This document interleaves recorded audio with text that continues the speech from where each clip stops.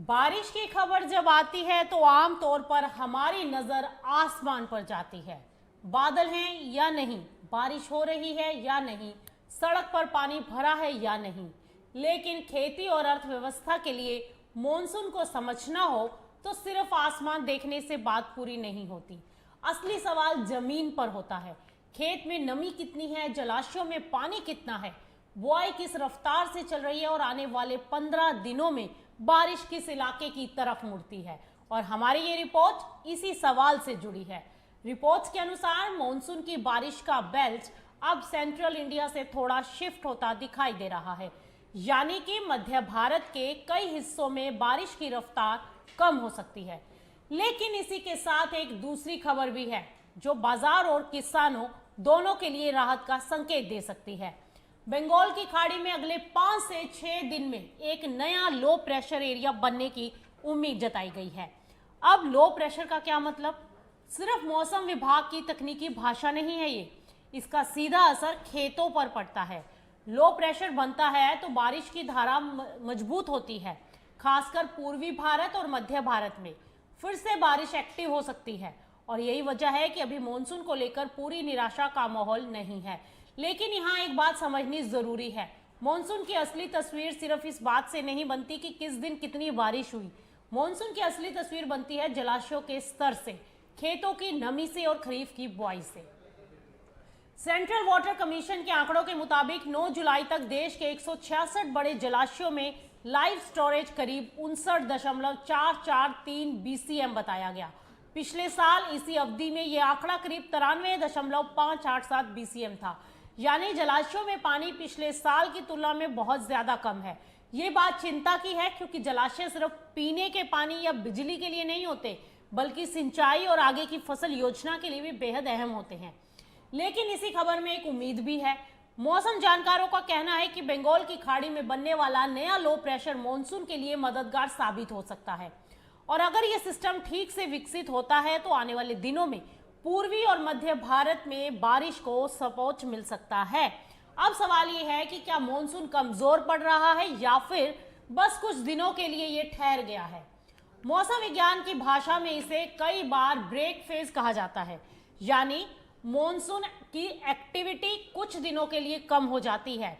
DSP जो ING में climate research and services के पूर्व प्रमुख रहे, उनके मुताबिक सामान्य तौर पर मॉनसून ब्रेक 5 से 7 दिनों तक रह सकता है। इसीलिए लेकिन ये ब्रेक कितना गहरा होगा इसका अंदाजा अगले कुछ दिनों में लगेगा, खासकर ये देखकर कि पश्चिमी तट और मध्य भारत में बारिश और कमजोर होती है या फिर नए सिस्टम से मॉनसून को फिर से ताकत मिलेगी। यहाँ एक और महत्वपूर्ण पहलू है आईओजी, यानी इंडियन ओशन डाइपोल। रिपोर्ट्स में कहा गया है कि समुद्र और वातावरण की जो बड़ी स्थिति है वो मॉनसून को संभालने वाली पॉजिटिव आईओजी की तरफ इशारा कर सकती है। इसे आप आसान भाषा में समझिए, अगर हिंद महासागर की स्थितियां मॉनसून के पक्ष में रहती हैं तो जून की बारिश में जो कमी रही उसे आगे की बारिश कुछ हद तक बैलेंस कर सकेगी। लेकिन खेती में कुछ हद तक भी बहुत मायने रखता है, क्योंकि किसान के लिए हर हफ्ता जरूरी होता है। जून में बारिश कम हुई तो बुआई देर से हुई, जुलाई में बारिश सुधरी तो किसान ने बीज डाल दिया, और अब अगर जुलाई के बीज से अगस्त के मध्य तक बारिश सही रही तो फसल संभल सकती है। लेकिन अगर इस समय फिर से कोई लंबा सूखा अंतराल आ गया तो किसानों की लागत, अंकुरण और उत्पादन तीनों पर असर पड़ेगा। मौसम जानकारों के मुताबिक जुलाई से अगस्त के मध्य तक का समय रेन फेड एग्रीकल्चर यानी बारिश पर निर्भर खेती के लिए सबसे अहम होता है, और ये मुख्य सोइंग विंडो है। इस समय की बारिश ये तय करती है कि खरीफ सीजन की दिशा क्या होगी। अब यहाँ पर एक और बात बता दें आपको जो अक्सर बारिश की चर्चा में से छूट जाती है। हम कहते हैं कि बारिश सामान्य से कितने फीसद कम है या ज्यादा है, लेकिन क्या यह आंकड़ा खेत की असली स्थिति बता पाता है? जरूरी नहीं। अगर किसी इलाके में औसत बारिश हो जाए लेकिन वो 2 दिन में बहुत ज्यादा हो जाए और बाकी दिनों में सूखा रहे तो किसान को नुकसान हो सकता है। दूसरी तरफ अगर बारिश थोड़ी कम हो जाए लेकिन सही समय पर और सही अंतराल पर हो तो फसल बच भी सकती है। इसीलिए रेनफॉल डिपार्चर अकेला सच नहीं है, असली सच खेत की नमी, जलाशयों का पानी, बुआई की रफ्तार और फसल की हालत मिलकर बताते हैं।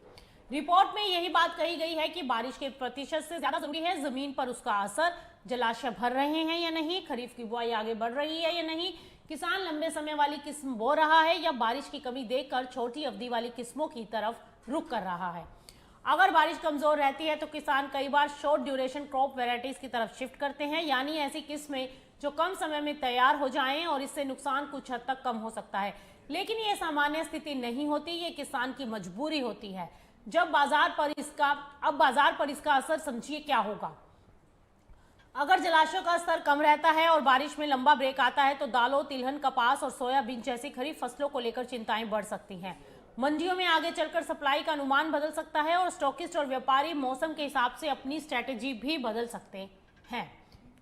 खाद्य तेल, दाल और चारे से जुड़े बाजारों पर भी इसका असर आ सकता है। लेकिन अगर बंगाल की खाड़ी का नया लो प्रेशर मजबूत रहा और पूर्वी मध्य भारत में अच्छी बारिश लेकर आ गया तो ये मानसून की रिकवरी का संकेत भी हो सकता है। इससे खेतों को नमी मिलेगी, जलाशयों में पानी बढ़ेगा और बुआई को सहारा भी मिलेगा।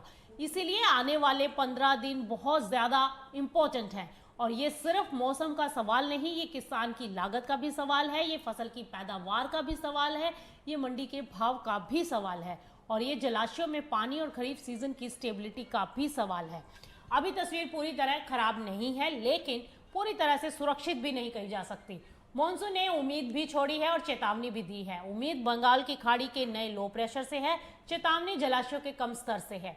उम्मीद पॉजिटिव आईओजी से है और चेतावनी बारिश के असमान डिस्ट्रीब्यूशन से है। और यही इस रिपोर्ट की सबसे बड़ी बात है।